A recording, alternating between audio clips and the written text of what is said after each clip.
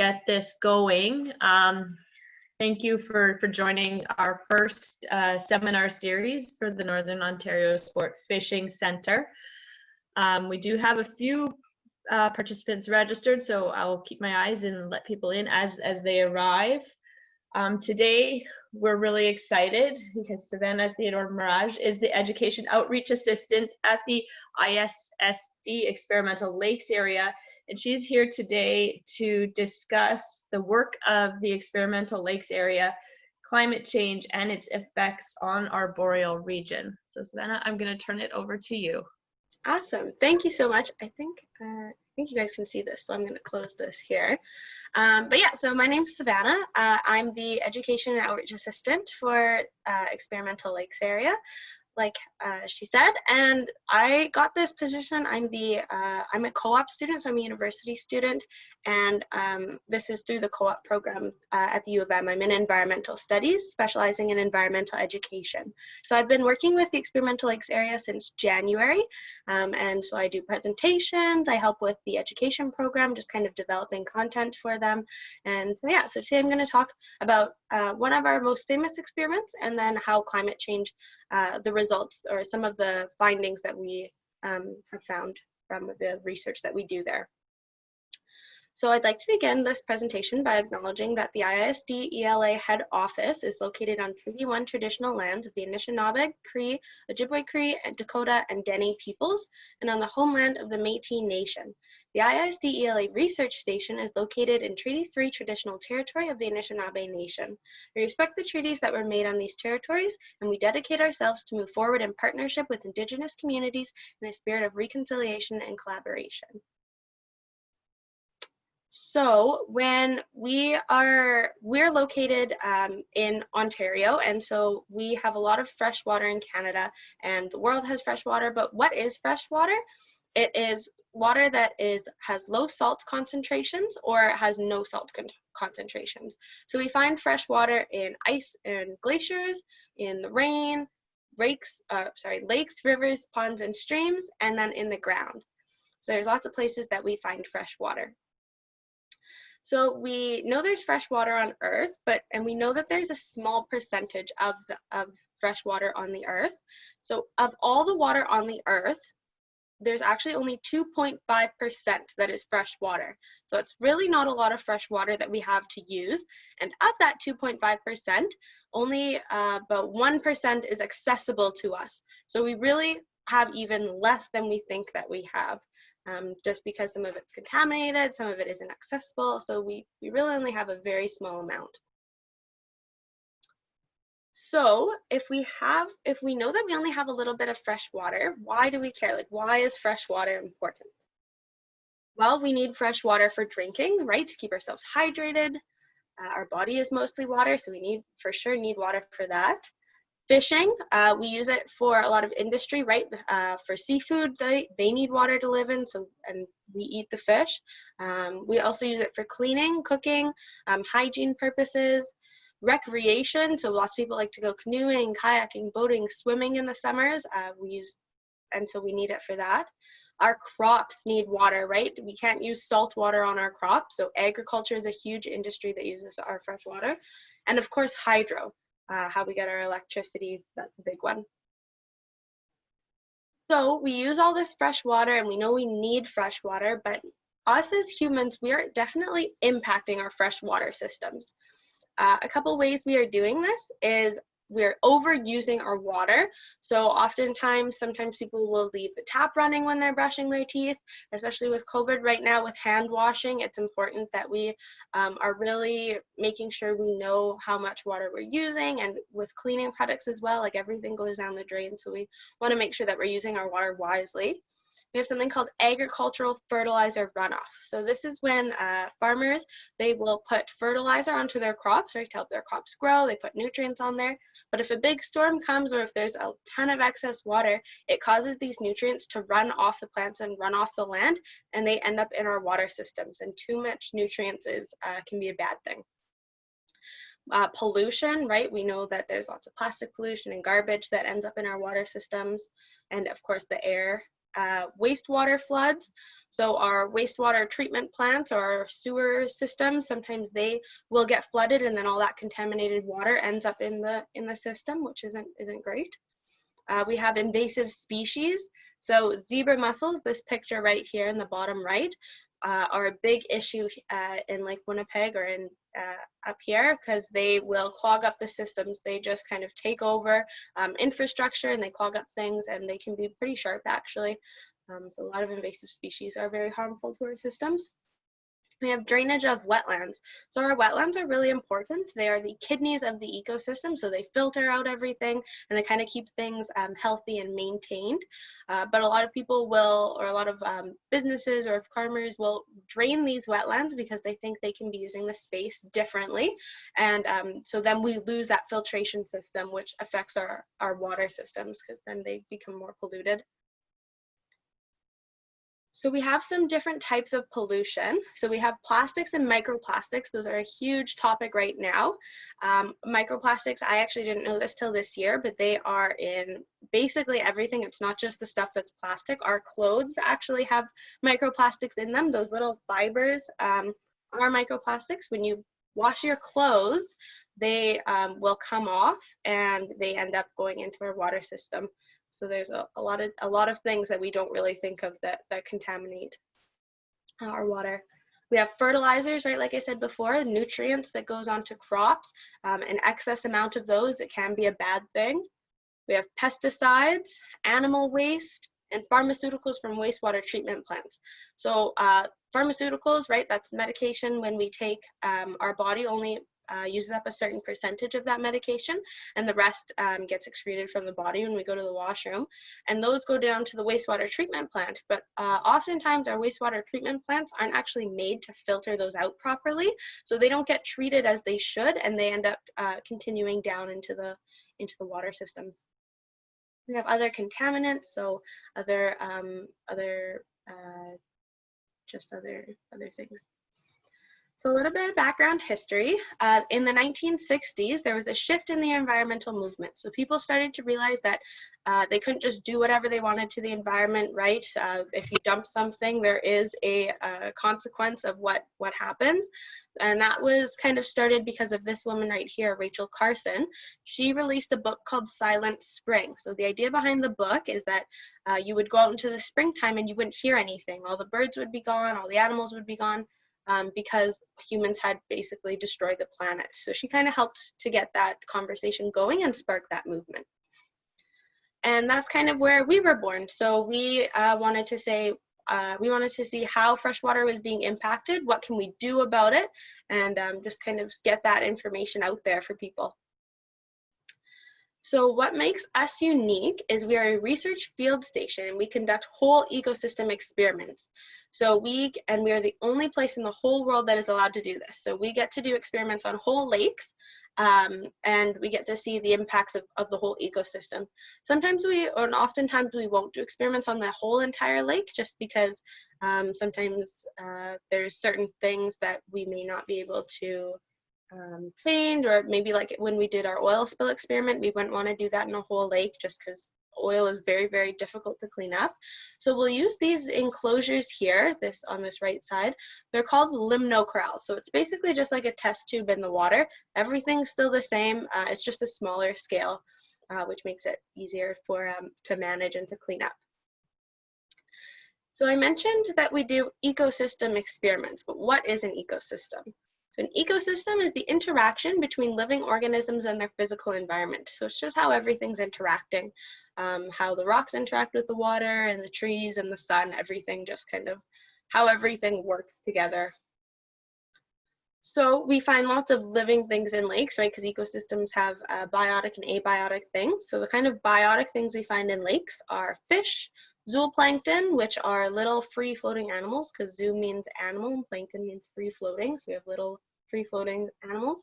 We have invertebrates, so aquatic insects. We have plants and bacteria. And we also have abiotic things. So we have things like water and rocks and sediments, so sand, clay, mud. We have nutrients, right? So in water there is oxygen, there's carbon and nitrogen and phosphorus, tons of things. And we have sunlight is one that people often forget about. So at the experimental lakes area, we have 3 goals. We want to understand the effects of human activities on fresh water. So we want to see how are humans impacting fresh water and why. We want to find solutions to those environmental problems. So we don't just do our experiments because we think they're really cool or because they're really interesting. We do them because we want to solve issues. We want to help things get better. And we also provide a platform for science education and communication. So we want to make sure that we're communicating to the public, communicating to youth, students, everybody, and having them discuss with us about the things that we're doing. We want to make sure that that science is known to everyone. So we were established in 1969. We started out pretty small, just with some trucks and trailers and snowmobiles. And we've grown a little bit since then, but we still are relatively small in comparison to other places, I believe. So we were opened by the Department of Fisheries and Oceans Canada, so we were run by the federal government. And we started out with doctors Jack Valentine, Wally Johnson, and David Schindler. So they were the first scientists to work there and get things going. So the government said we could open, but you have to find a place to do this. So we had to find somewhere that had a high lake density. We had to have pristine lakes. We had to have a variety of lakes, and all of the lakes had to have a bedrock basin. So instead of there being sand at the bottom, there has to be rock. And we made it near Winnipeg. So we decided to go to Lake of the Woods. We went to Ontario, and we are about half an hour, 45 minutes past Kenora going east. So yeah, so we found a spot and we've been working there for about 52 years, I think now. This is our 52nd year. So I've got a cool little drone video here. So this is the road going into camp. This is a 30-kilometer long road. I assume most of you probably live in Ontario, and if not, well, you would know what driving there is like. It's very hilly and kind of winding, so it's a little bit of a long drive sometimes to get into camp. But we have some cabins here on the left where some of our staff stay in the summer. We have a man named John who maintains our road and makes sure everything's safe to drive on and takes care of the site. This is his workshop here. This is the fish lab, the chemistry lab. This is one of our residencies, and this is Hungry Hall. So that is kind of our main building where we do presentations, where we'll eat. We get 3 meals a day. We have two cooks on site usually in the summer that make us our meals.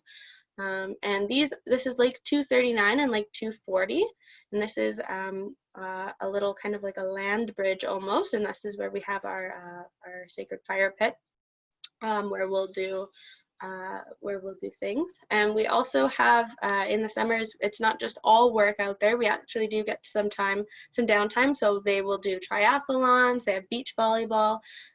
There is no cell phone service out there, so we do have to use radios to communicate with each other when we're in the field. So so there's that. We do have internet connection, but sometimes it's a little bit slow, so sometimes you're really just out there in the wild, which is kind of nice. But yeah, so there's lots of stuff to do there, and there's tons of research that goes on there.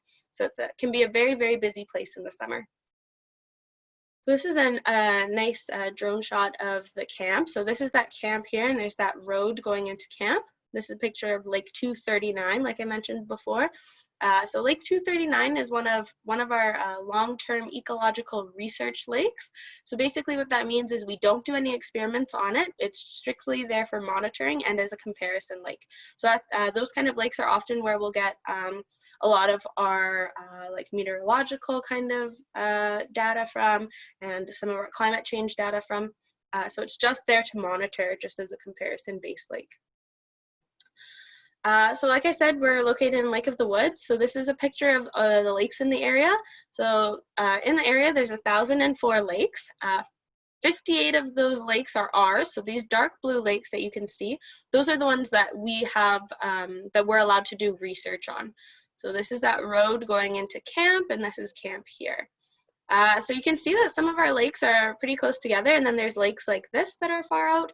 We'll often do research on the lakes that are closer just because they're closer, so it doesn't take as long to get there. It's more easy to haul gear there. Yeah, but but sometimes it depends on the experiment that you're doing. So sometimes you may need to go use a lake that's somewhere here because maybe it has the specific criteria you're looking for. There we go. So a little bit more background history. In 2012, the federal government decided that they were no longer going to fund us, and that is because the government changed. So Stephen Harper's government came into power, and they decided that they didn't want to fund us anymore. So you may have heard things like Save ELA, Save Our Lake kind of thing. So that was kind of what was going on, is that people were really trying to get everyone on board to say, hey, we need to save this place because the government kicked us out. We didn't have access to the site. We just basically had to get up and go. But in 2014, the International Institute for Sustainable Development, so IISD, took us in. So now instead of just being Experimental Lakes Area, we are IISD ELA. And so now we're able to do a lot more things. We have our education and outreach team. We do First Nations collaborations. We now offer tours more often. So we used to only have tours 1 day a year. So people didn't really know what we were doing. They thought maybe we had like 3-headed fish or like weird things were going on. So now there's a lot more communication between the public and us. So I'm going to talk about a couple about our algal bloom experiment, our eutrophication study, and then I'll talk about our climate change research. So some of the pictures here, this is a picture from our acid rain experiment. This is one of our fish biologists, Lee. Looks like he's putting in a tag into one of the fish so we can track them. This is, they are measuring the, looks like the ice depth. So they do a lot of sampling in the winter as well, not just in the summer. And then this is the eutrophication study that I'll talk about. So since we've been open, we've done over 50 experiments to date. Our longest running experiment is the eutrophication one, which is at the bottom here. We've also done a diluted bitumen experiment, so our oil spill experiment. We've done research on nanosilvers, climate change, mercury. We've done acid rain. So we do lots of different things because we don't want to just focus on one thing, right? We want to see how everything impacts our fresh water. So we like to look at a lot of different things. Our experiments have 3 phases. Our first phase is assessment. So we want to see what's in that lake, what's coming out of that lake, how does it compare to other lakes, what is naturally there. So we'll do that for about 2 to 4 years. And then we'll do our manipulation. So that's when we'll add or change something. So maybe we'll chemically change it, maybe we'll physically change the lake. It kind of depends on what they're looking at, and we'll see how those changes have impacted the lake. So that's another 2 to 4 years. And then we do a recovery phase. So we are mandated by law, so we have to make sure that our lakes are recovering. We can't just do these experiments and just leave them to do whatever they like. We have to watch them to make sure they're going back to how they were before the experiment started. And Environment Canada does check in on us to make sure that we are doing that. So the experiment I'm going to talk about right now is our eutrophication study. So our eutrophication study had to do with algal blooms. They are pretty big. They were and still kind of are a big problem, right? I'm sure most or some of you have seen this picture here. Maybe not this picture, but you've seen things like this at the beach before, and those are the algal blooms. So what is it and why is it a problem? Basically, it's called eutrophication, and so it's the over-fertilization of water bodies from human activities. So basically what happens is there's too much nutrients in the water, and this nutrients causes these algae to bloom. So this here is a picture of Lake Erie, and so you can see that it can become a very big issue. It doesn't smell very good. It can be toxic. So there's a lot of issues with algal blooms. So we wanted to see why these algal blooms were occurring, because at the time we didn't know.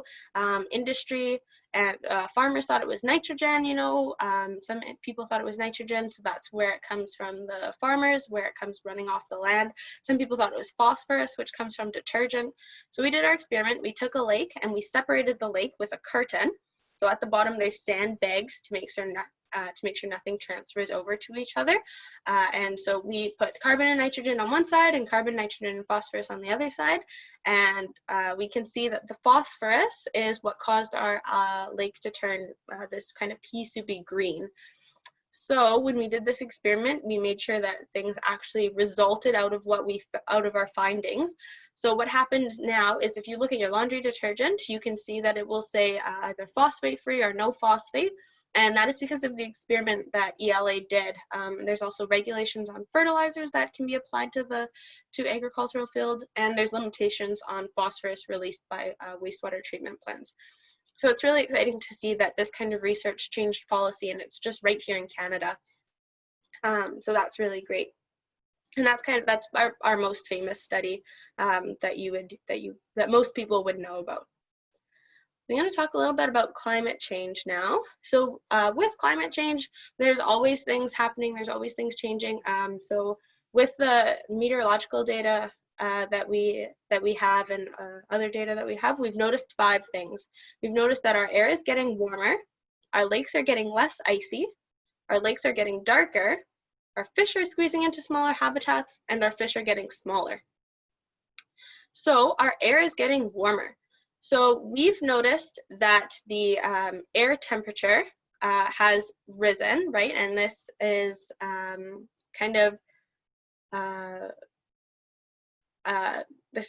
we've noticed this in the lakes. So we've noticed that in the, give me one second here. So we've noticed that the Boreal region is warming a lot faster than the rest of the region. And this is not the right slide that I had. But basically, we've noticed that in the summer months, it's a lot warmer than it usually is. And so the biggest factor that we've noticed is that it rises, the average annual air temperature has been rising about 0.5 degree per decade. So that's pretty quick, while the global average is only about 30 degrees per decade. So it's a lot hotter. And also we've noticed that the air temperatures every year, it breaks the record. So the biggest thing was that one year it was like super, super cold out for New Year's Day. I remember I went snowshoeing that day and it was just absolutely freezing. And then this past year, New Year's Day, it was so warm out, we were able to like go for walks without having to like be super, super bundled. So each year you notice a little bit of a difference.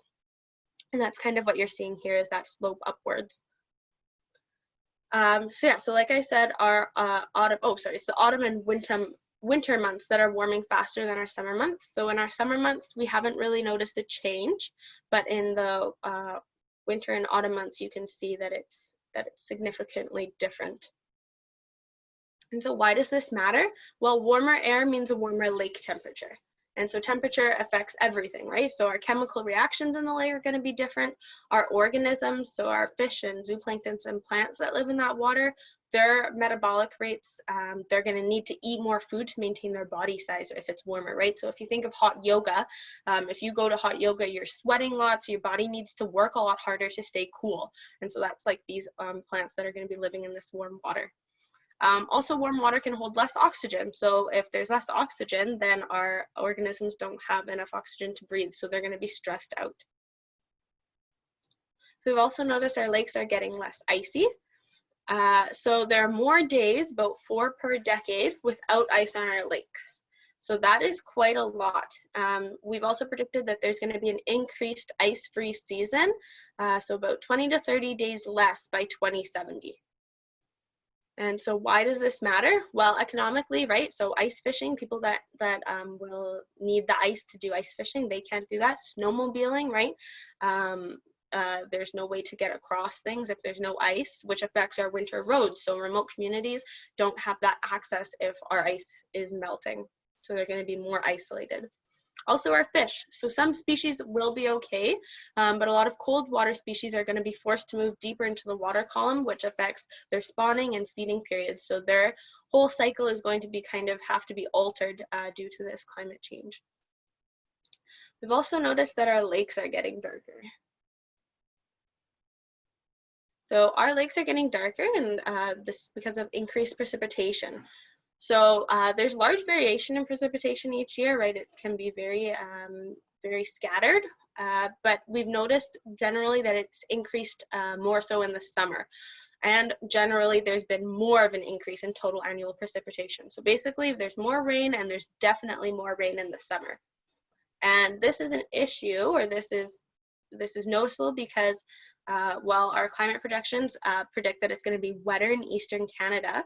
And if this happens, when this happens, our rain picks up leaf litter or organic material. So as it rains and rain is on the land, all that leaf litter and everything that's on that land gets kind of forced into our lakes, and that is what causes our lakes to get darker. So if you think of a cup of tea, right, if you put a tea bag in the cup, it will change the water, right? It makes the water colored, it makes it darker.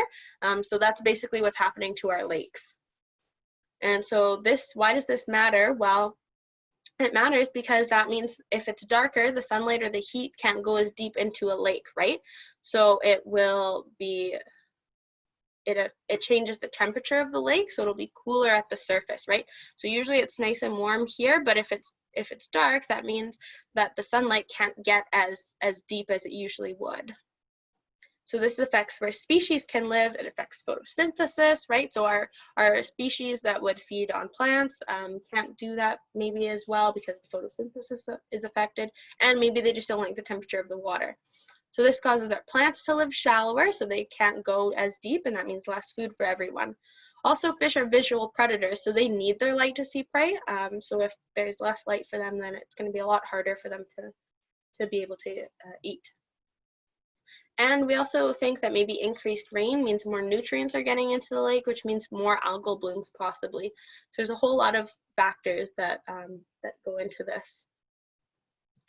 We've also noticed our fish are squeezing into smaller habitats. So longer summers and warmer air temperature, right? So we have those longer summers from temperature, and our warmer air means that our fish have to find these odd places to live, right? Because it's too warm at the top, but it's also, there's no oxygen at the bottom, so they're forced into this kind of 2-meter, like very small space to live in. And so our lake trout are being squeezed, and it's very stressful for them. And it just affects where they're going to be able to do things. We found in 2007 that lake trout only had 1 meter of usable habitat where they can thrive.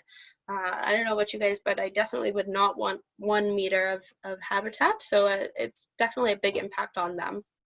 And so why does this matter? Well, lake trout and other species may not be able to adapt, right?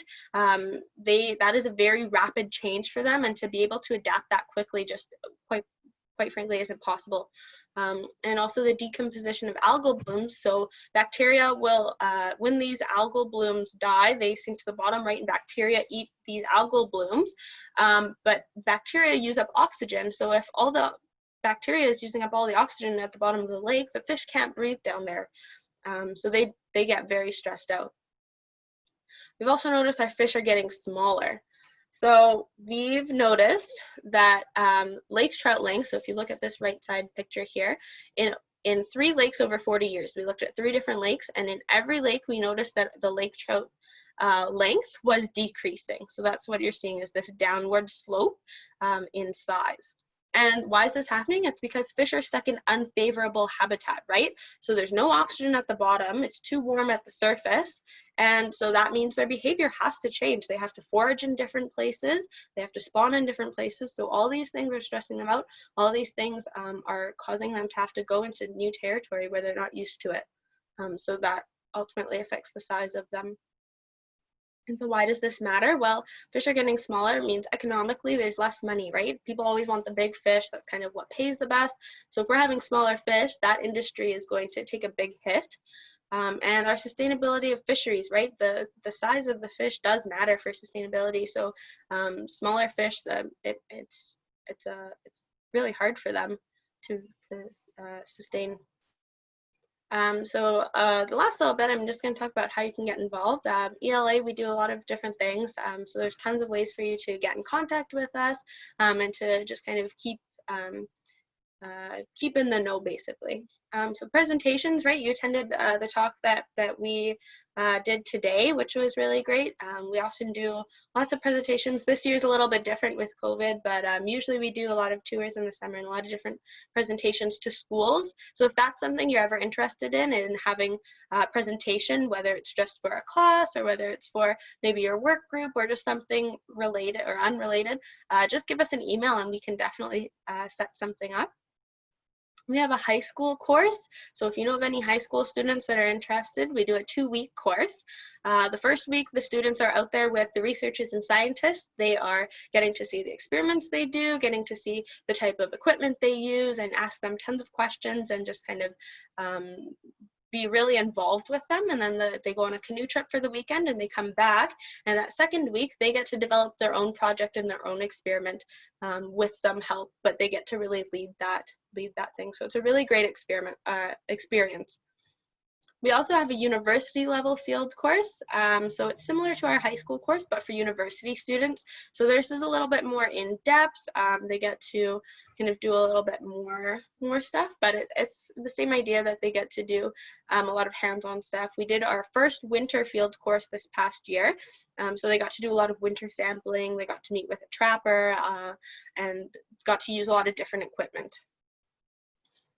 We also have day tours, so this year we don't, but with COVID, so we're hoping we'll see how things progress. But usually we have day tours, so you can sign up. You just email us, like I said before, and we can get that set up. But you come out to the site, we give you a tour of the facility, and we'll take you out to some of the different experiments that we do. You get to see the different lakes. We do some different sampling. So this here is called zooplankton sampling. So if you've ever been critter dipping or dip netting before, it's kind of a similar idea. And then this one is a seine net. So it's a way to sample small-bodied fish. So it's just another, so we do a lot of different things to make sure that your day is fun. So thank you very much for attending the presentation, listening in. You can follow us. We have our website. We are on social media. You can always send us an email anytime. But yeah, I am definitely open for questions right now. If that's something people have, I will do my best to answer them. But yeah, thank you so much for having me.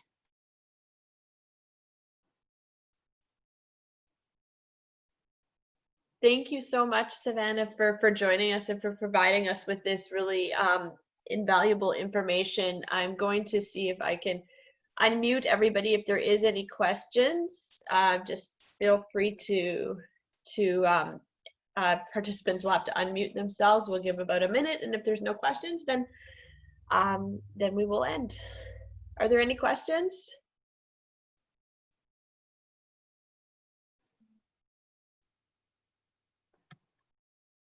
I'm not seeing any, and I'm not seeing any microphones being unmuted. So thank you so much for your time today, and thank you everybody. Oops, wait, there's something in the chat there. Let me see. The comment was that this was excellent. So thank you so much for your time. Thank you for that comment, Leanne. Yes, thank you, and we'll say hopefully this recording will be made available on the Sport Fishing Center website, and we look forward to doing more with you next year as part of a larger COVID-free seminar series. Yes, absolutely. Yeah, and if there's any questions at all, just send them our way, and we can definitely get those answered for you. Perfect. Thank you so much. Okay, thank you. Have a great day. You too. Bye.